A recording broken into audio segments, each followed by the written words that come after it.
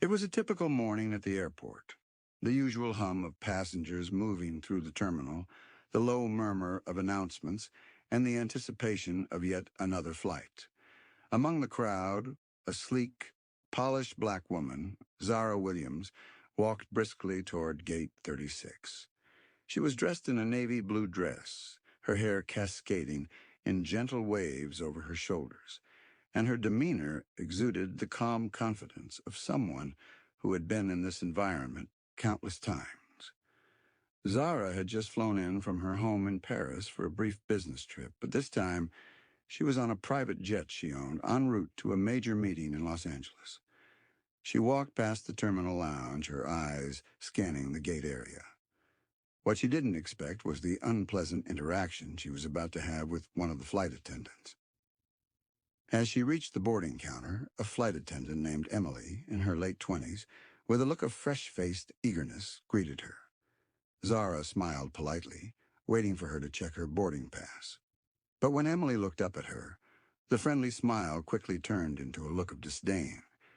Emily briefly glanced at Zara's boarding pass and then spoke curtly. "Please step aside," Emily said, not acknowledging Zara's presence in the way she would have with a more presentable passenger. Zara raised an eyebrow. She had been a frequent flyer and had never been treated like this before, but she didn't let it bother her. She simply took a step back and waited.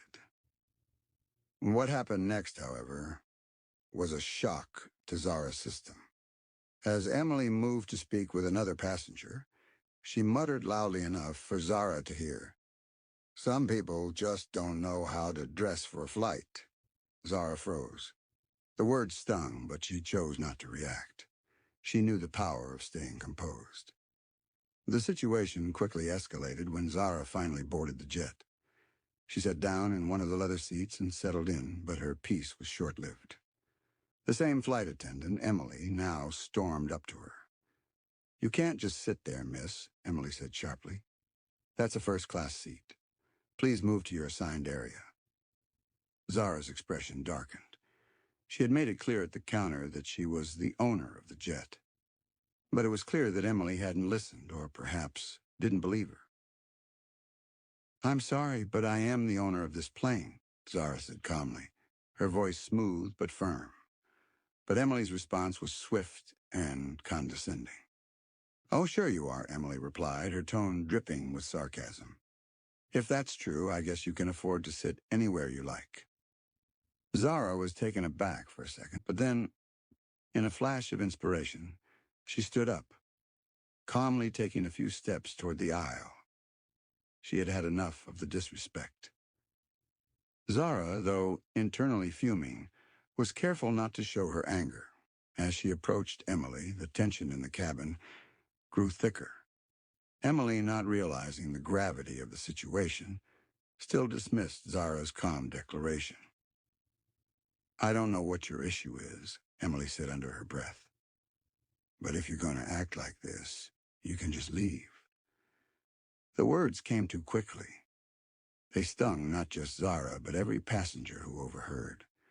Her eyes narrowed, and she felt her patience wear thin. What had been an innocent misunderstanding was now a personal insult. It was then that the other flight attendants, noticing the rising tension, started whispering to one another, casting curious glances in Zara's direction. The plane, which had been buzzing with quiet chatter, now fell into a nervous hush. But what Emily didn't know, what no one on the plane knew, was that Zara wasn't just another affluent passenger. Zara was the woman who had single-handedly turned a small tech startup into a multi-billion-dollar empire, the kind of person who flew private jets because she didn't need to rely on commercial airlines. Her quiet, unassuming presence was a mask for the powerhouse that she was. Zara's phone buzzed in her pocket. She glanced at it, an urgent call from her lawyer's office. She excused herself for a moment and stepped into the hallway. But just as she was about to walk away, Emily took a step forward. "You're not going anywhere until you move to your proper seat," she said, her voice rising.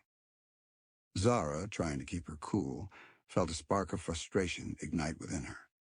It only took one wrong move for everything to spiral.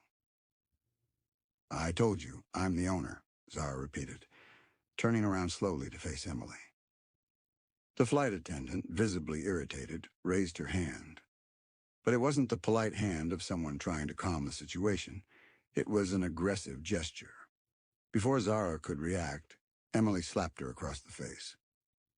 A stunned silence fell over the cabin. Time seemed to stand still. Zara stood frozen, her hand gently touching her cheek where the slap had landed. Her heart was pounding in her chest. This was no longer about a mistake or a misunderstanding. This was something worse, an insult so deep it could not be ignored. Zara's eyes met Emily's, and for the first time, the flight attendant's confidence faltered. Emily stood there, her hand still frozen in midair, a look of confusion and shock spreading across her face. She clearly didn't expect any kind of retaliation. Zara slowly, deliberately, reached into her pocket and pulled out her phone. Her fingers typed a few quick words before she hit send. Within seconds, her personal assistant responded with an update, confirming that Zara owned the private jet. The words felt like a thunderclap in the room. You're the owner?" Emily stammered, her face paling. She looked around nervously, her mind racing. But Zara didn't offer her the luxury of an easy escape. "You slapped the owner of this plane," Zara said, her voice even. But the weight of it made the entire room feel heavier. "And now, you're going to regret it." The realization hit the other flight attendants like a wave. They had all seen Zara's business profile on the news. They knew her name, knew her wealth. They knew she didn't need to raise her voice. She could simply walk away, and the consequences would be far worse for them than anything they could imagine. The mood on the plane shifted instantly. The other passengers, who had been quiet witnesses to the chaos, began whispering amongst themselves, exchanging looks of disbelief. Emily, now fully aware of her mistake, began to stammer out an apology. I didn't know," Emily said, her voice trembling. She took a cautious step back, clearly ashamed. "I didn't mean to." Zara didn't respond immediately. She looked around the cabin, her eyes scanning the faces of the other flight attendants, who now avoided her gaze. "I'm sure you didn't," Zara replied coolly. "But it doesn't change the fact that you hit me. And now you will pay for it." Emily's face went white, and a soft, nervous sob escaped her lips.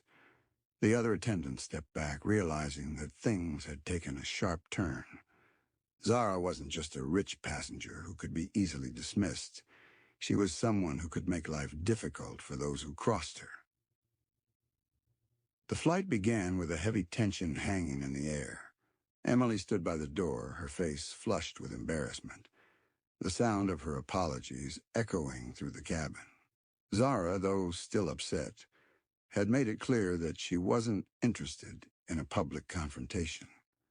She sat back down in her seat, quietly composing herself, but the silence from the rest of the passengers was palpable. Once the flight was underway, the captain made a brief announcement, but there was no mention of the incident. The plane began to cruise smoothly through the clouds, but Zara's mind was racing. She pulled up her phone again, making a call to her lawyer's office. "Cancel all my meetings today," she said. "There's a situation I need to handle." Within moments, she was put through to her legal team. They were familiar with Zara's no-nonsense approach. "You need to handle this quickly," her lawyer advised. "The moment we land, we'll send a legal team to the airline. I don't need to tell you how to make this hurt."